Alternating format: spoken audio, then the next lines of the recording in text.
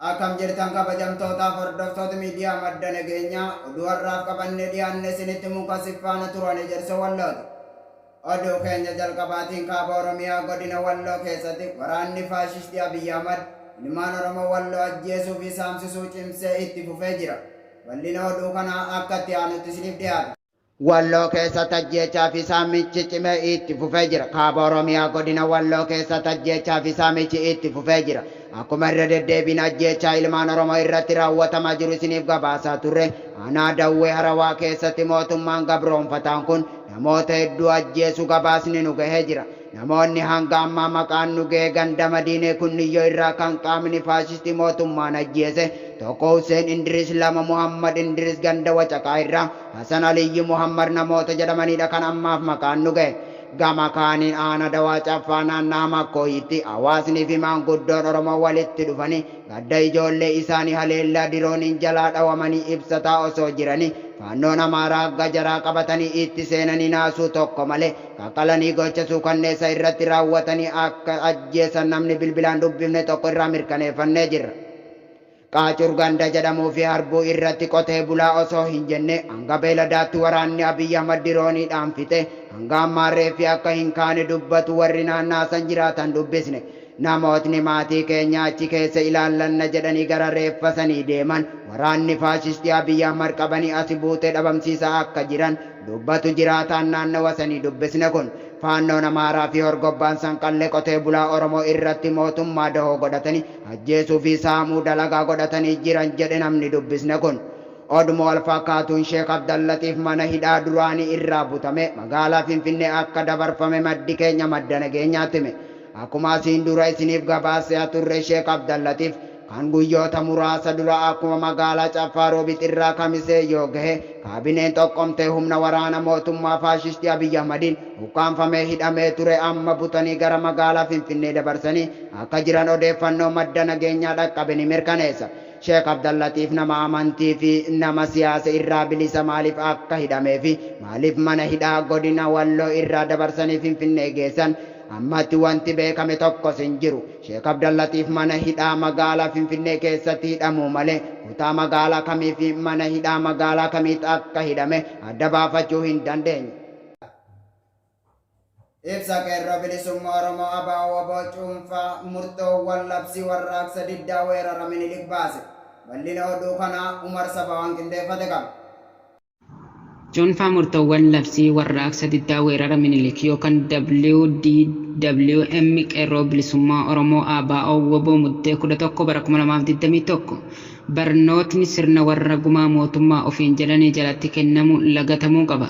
Sababni manni barnootaa hojii baruu barsiisuu irraa maqee bakka itti barattoonni Oromoo hidhaa fi ajjeechan hamma sirna warra gumaa Oromootiin itti raawwatamaa jiru waan ta'eef manni barnootaa kaampii waraanaa sirna warra gumaa fi mana hiraarsaa sabboontota Oromoo ta'ee waan jiruuf barattoonni Oromoo golee Oromiyaa keessa hedduminaan barnoota dhorkamanii waan jiraniif lama daandiiwwan gurraacha fi cirrachaa kamiyyuu Oromiyaa keessaa ugguramuu qabu.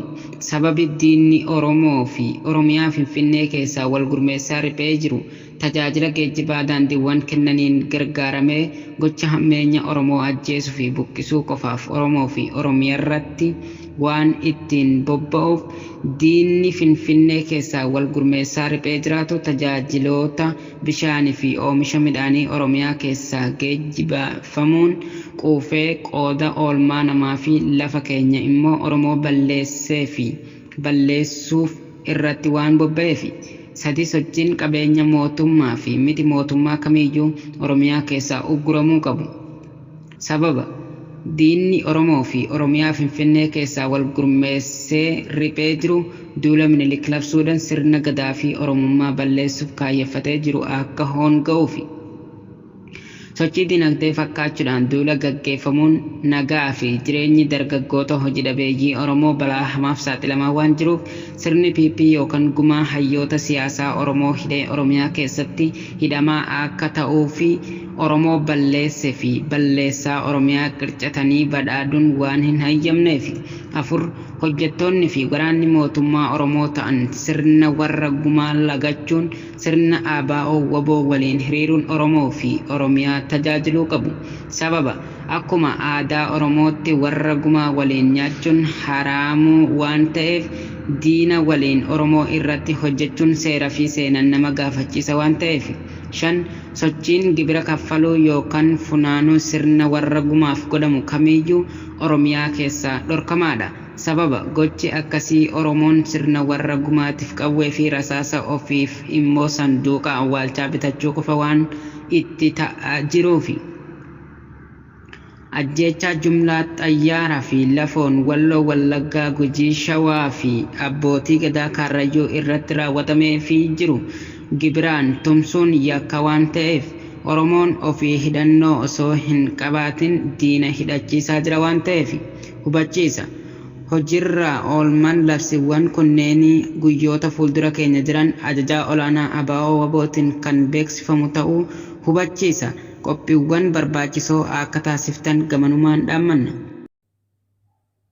Intala lammii Ameerikaa jalqaba hawaa daawwatte Alaan Shaappardi kan taate Looraa Shaappardi abbaan ishee gara hawaa imalee waggaa 60 booda isheenis karaa kubbaaniyyaa Beezoos hawaa daawwatte.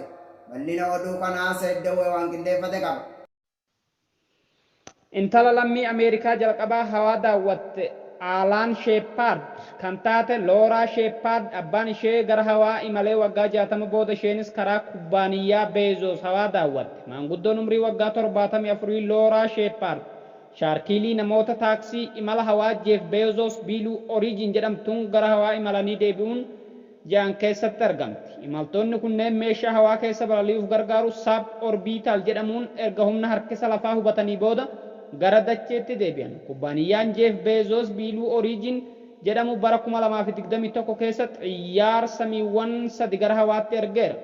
Bara 1998 du'aan addunyaa kanarraa kan boqote abbaan Looraa bara 1962 caamsaa 5 meeshaa meerkurii jedhamtuun gara hawaa imaluun lammii Ameerikaa yeroo jalqabaaf gara hawaa imale jedhamuun maqaan ishee barreeffameera.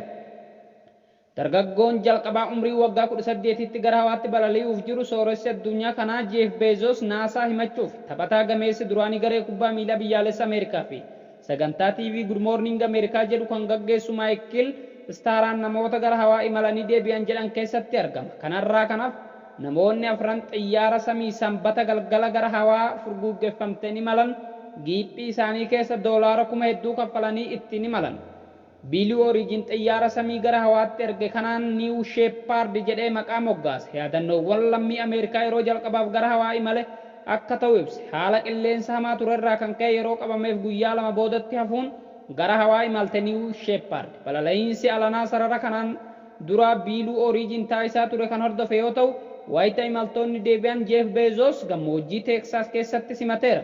Olka'iinsi lafa kiiloomeetira 100 irra geessee kan deebite xiyyaara samiin kun humna harkisa lafaa zeeroodhaan daqiiqaan 10 hawaarra turte. Kunis imala Sheeppaard waggoota hedduu dura taasise daqiiqaa 5 boodatti hafe.